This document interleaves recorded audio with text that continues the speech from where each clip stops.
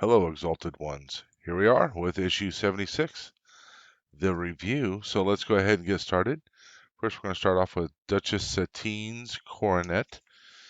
In many ways, the Coronet was a symbol of the new Mandalorians, the political faction led by Duchess Satine Kryze that sought to leave Mandalore's violent past behind. When Satine was elected as ruler, there was a genuine hope that peace and neutrality would finally allow the world to prosper. And these ideals were reflected in the Coronet's distinctive design: elegant, versatile, not threatening, an expression of the qualities of the new Mandalore hoped to project into the galaxy. The ship was custom made on Kalevala, a planet in the Mandalore system, and the homeworld of Satine. The ship was nearly 216 meters tall, and its vertical orientation certainly was unique. The upper section of the ship, resembling ancient Kalevalan ocean cruisers, functioned primarily as a luxury liner, while the long vertical hull contained the economy class cabins and cargo holds, along with the ship's engineering stations. The luxurious upper section of the ship was home to the Duchess and her traveling retinue, and included her own throne room and several royal suites to conduct her diplomatic agenda. For the entertainment of her political guests or wealthy travelers who belonged to the highest classes, the Coronet also housed wellness suites, first-class cabins, zero-G hydro spas, staterooms, banquet halls, a cantina, a library, and a casino. Regardless of where one's luxury level cabin was situated, these sections were open to all, and many of the rooms possessed transparent steel windows so that visitors were able to marvel at the beauty and mystery of hyperspace during jumps. As well as entertainment suites, the upper section also included the main bridge, officers' quarters, escape pods, kitchens, and the entrance to the ship, located at the aft section. Because of its unusual shape, the Coronet couldn't truly land, and instead would dock backwards at a platform or another building.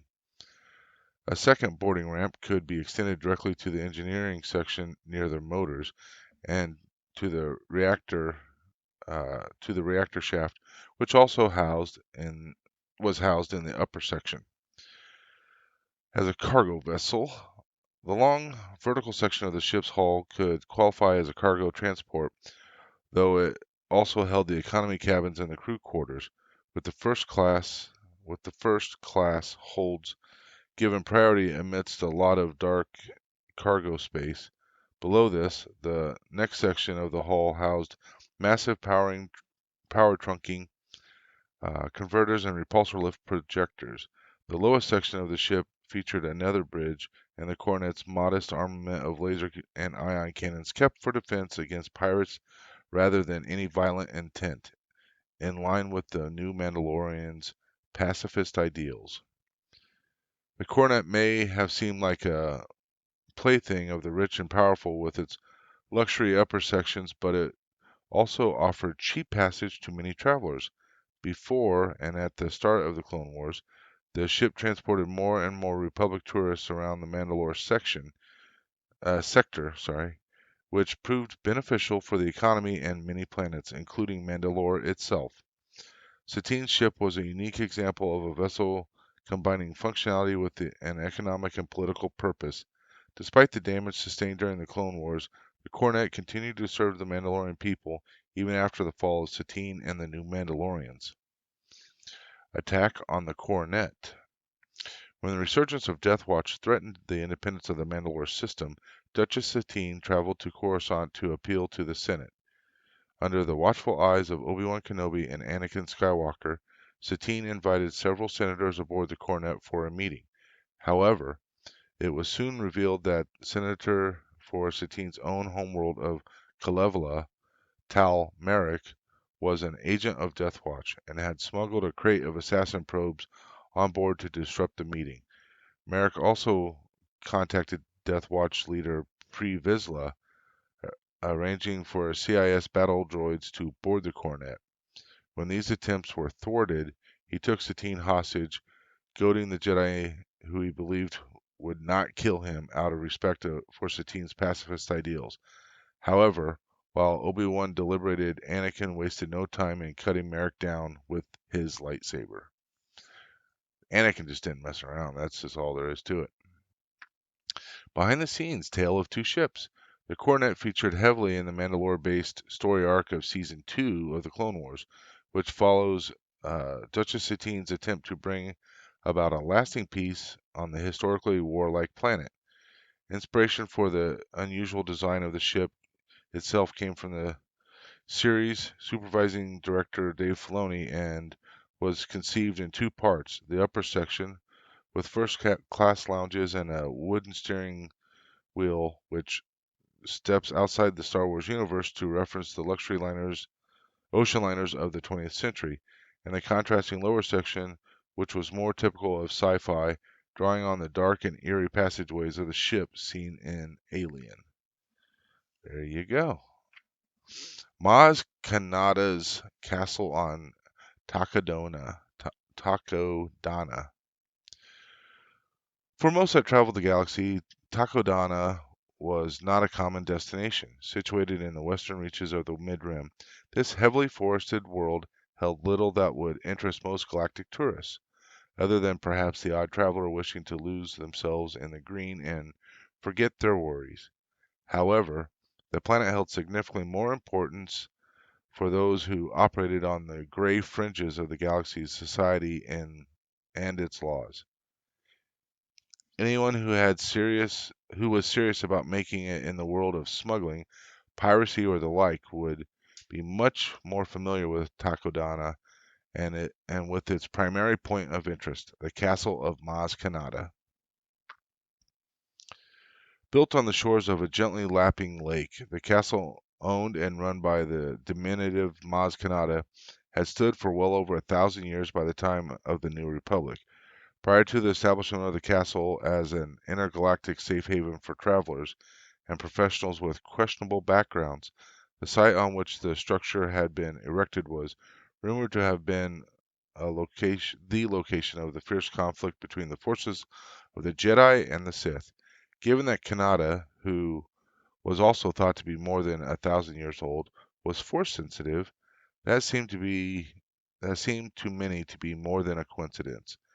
Constructed to weather wars and wind and time, the castle had long been home to a motley array of visitors and staff hailing from hailing from every corner of the galaxy.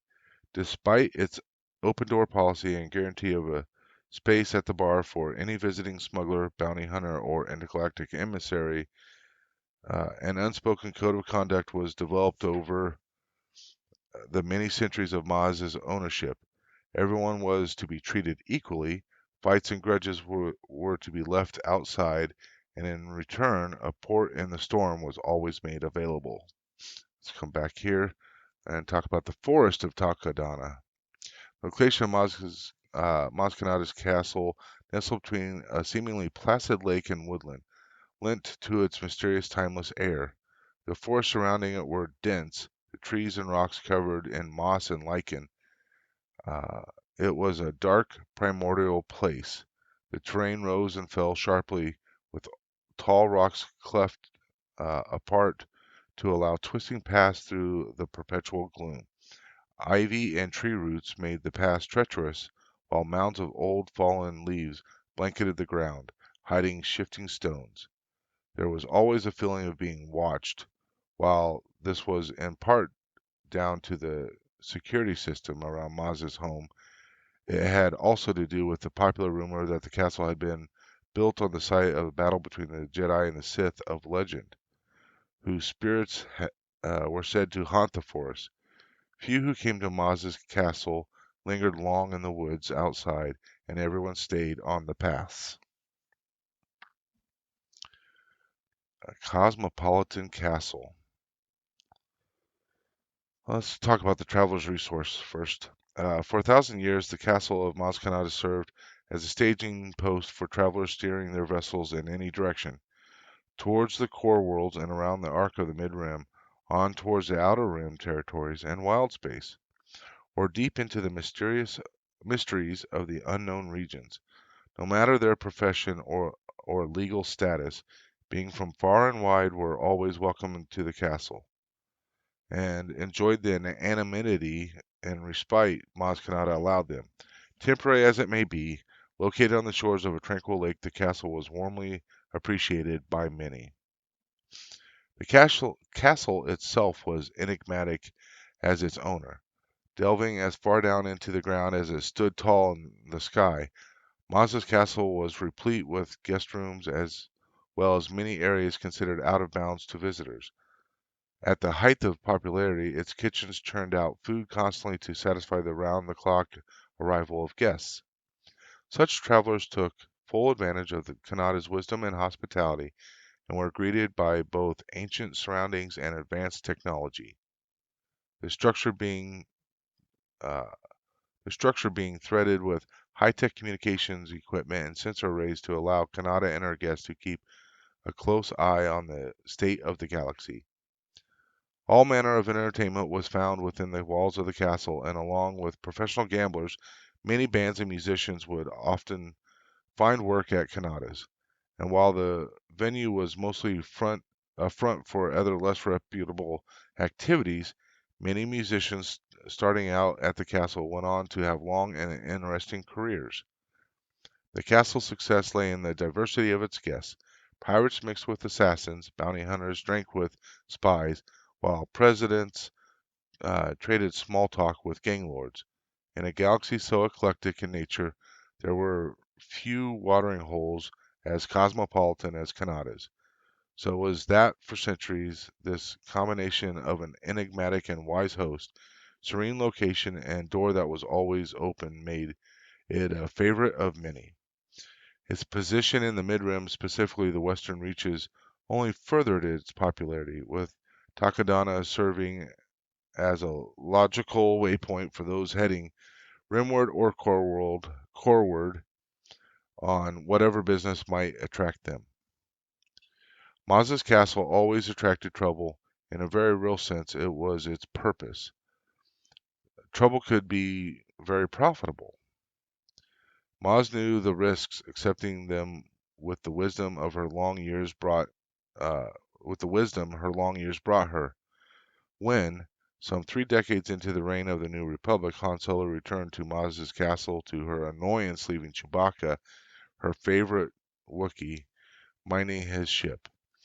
He brought with him two remarkable individuals and a droid, while Maz immediately focused on Finn and the obviously force-sensitive Rey. Others in the castle paid more attention to the droid, a small astromech called BB-8, and the information was rumored to be carrying. Soon enough, calls went out to both the First Order and the Resistance, but it was Kylo Ren who got to Takodana first. The dark side adept was in no mood to negotiate, to content to pluck BB-8 from the ruins of the castle if necessary. Repeated assaults brought down the upper levels, felling the towers and setting fire to the surrounding vegetation.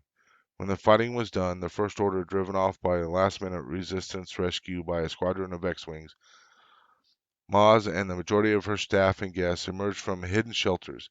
Maz herself was remarkably stoic, merely commenting that she had some cleaning up to do. There was no question that, in some form or other, Maz would soon be back in business. Lakeside District.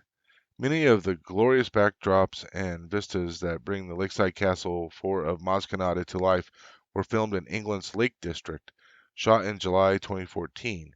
The approach of the Millennium Falcon to the castle was shot over Derwent Water in Cumbria, with the peaks of Scafell Pike to Catbells all on the horizon. As the T-70s of Red and Blue Squadron approached Derwent Water, is again in view, edged by Blinthcara. A clever mixture of peaks and fells bring the lakes of Takodana to life, matching the real landscape of the Lake District with the ingenious work of visual effects teams working on the film. This continues a long tradition of using background plates to further ground uh, to further ground effects, visual effects scenes, and a solid reality that goes back to the prequel trilogy and beyond. Military Starship Classification Part 3. One solution to the problem of crowded theaters of war was the use of battle zones. In this model, the big capital ships occupied the center of the line of battle. In an area called the primary zone, ringing this, the close support ships occupied the secondary and kill zones, the latter being the maximum effective range of both the capital and close support vessels. The outer area was dubbed the long engagement zone, an area where some weapons from the larger ships could still hit, though with far less accuracy, and where the starfighters and picket ships made their presence felt. Only starfighters had free range in all zones. I'm going to talk about the Clone Wars Galactic Civil War era. The Arquitens class light cruiser, deployed by the Republic late in the Clone Wars, the Arquitens resembled a small star destroyer with pronged bow. Mounting powerful weapons for its size, it was designed as close support vessel for combat against Separatist warships alongside the larger Republic star destroyers. But it was often fielded on its own or with one or two other cruisers. After the fall of the Republic, the Empire used converted Arquitens models as communication ships and courier vessels. The Carillion Corvette. Dubbed the Blockade Runner, this fast and reasonably well-armed CR-90 variant was in Republic service throughout the Clone Wars era. Like the Arquitens class, the craft's renowned durability saw it survive the conflict and remain in use, only this time joining the ranks of the budding Rebel Alliance. Indeed, a standard Alliance fleet group often consisted of a CR-90 Corvette, backed by fighters and a freighter or two. One such unit, the Phoenix Group, used the Corvette Liberator as a command ship, and another, the Tantive 4, was used by both Bail and Leia Organa on Alliance missions. On patrol. When not being used for large-scale battles, the frigates and corvettes in close support roles were often used as system patrol vessels, armed transports or recon ships, or as the command ships in mission involving small fleet groups comprised primarily of starfighters. Until the point at which the converted Mon Calamari cruisers arrived, corvettes and the occasional frigate made up the majority of the biggest ships in the Rebel Alliance had. During the Civil War era, in the Outer Rim, it was more common to encounter an Imperial Arquitens-class light cruiser than a Star Destroyer, though these remained on call if needed. Close support battle zones. Close support craft were, in the heat of battle, forbidden to cross into the primary zone unless part of the coordinated maneuver or with express permission from the officer in the overall command of the designated flagship. To do so risked the destruction, collision, or a friendly fire incident. Close support vessels were an early target in any battle. This was a deliberate move, as their role was primarily defensive, drawing fire away from the valuable capital ships behind them. As such, enemy capital ships would always seek to damage or destroy close support ships to try to gain an early advantage in the fight. They were also a target for initial starfighter and bomber runs, though in a battle it wasn't unusual for some or even all of the close support ships to be sent on active missions of their own to attack key enemy capital ships. This ability to shift fluidly and swiftly from defensive to offensive roles was what made the close support vessels so valuable. Clone Wars era and Galactic Civil War era continued. The EF-76 Nebulon B escort frigate. Although also filling in the role of capital ship when the situation called for it during the Galactic Civil War, the Rebel Alliance also used its complement of Nebulon B frigates in close support or escort roles. Later, the class would be assimilated into the new Republic Starfleet, designated as a close support frigate. The Gazanti-class cruiser. The Imperial variant of this civilian vessel was officially designated as a freighter, but it had multiple mission profiles. It had the firepower, speed, and maneuverability to act as a close support vessel. It had docking ports on the underside that could carry up to 4 TIE fighters for system patrols or 2 ATDP walkers for planetary combat troops. One variant even carried AT walkers down to the likes of Hoth for full ground assaults. Lastly, of course, it could act as a transport in the same way the civilian model did.